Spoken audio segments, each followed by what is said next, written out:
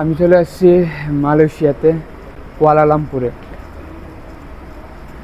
এখানে আপনার বেশি কিছু ডকুমেন্ট লাগে না, হাতে গোনা 3 থেকে 4টা ডকুমেন্ট লাগে এবং এগুলো নিয়ে আসলে enough. Return ticket, hotel booking, visa এবং আপনার এমডিএসি একটা মেবি একটা মালয়েশিয়া ডিজিটাল অ্যারাইভাল কার্ড, এটা ফর্ম ফিল আপ করে স্ক্রিনশট নিয়ে আসতে হবে। এটা অবশ্যই মাস্ট বি, এটা করতে হবে যারা ট্যুরিস্ট ভিসা আসবে। আদারওয়াইজ আপনাকে ইমিগ্রেশনে বসেই এটা ফিল আপ করতে হবে, অনেক সময় সাপেক্ষ।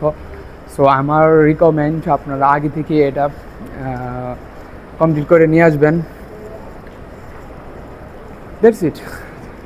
আর ইমিগ্রেশন অফিসারের সাথে কথা বলতে অবশ্যই কিছু ইংলিশে জানা প্রয়োজন। যারা ট্যুর দিবেন তারা ইংলিশটা জানার চেষ্টা করবেন এবং কীভাবে কথা বলা যায়, এবং বেসিক কয়েকটা কোয়েশ্চেন তারা জিজ্ঞেস করে। এই বেসিক কোয়েশ্চেনগুলোর অ্যান্সার আপনারা ইউটিউব বা বিভিন্ন অনলাইন প্ল্যাটফর্ম থেকে আপনারা শিখে নিতে পারেন।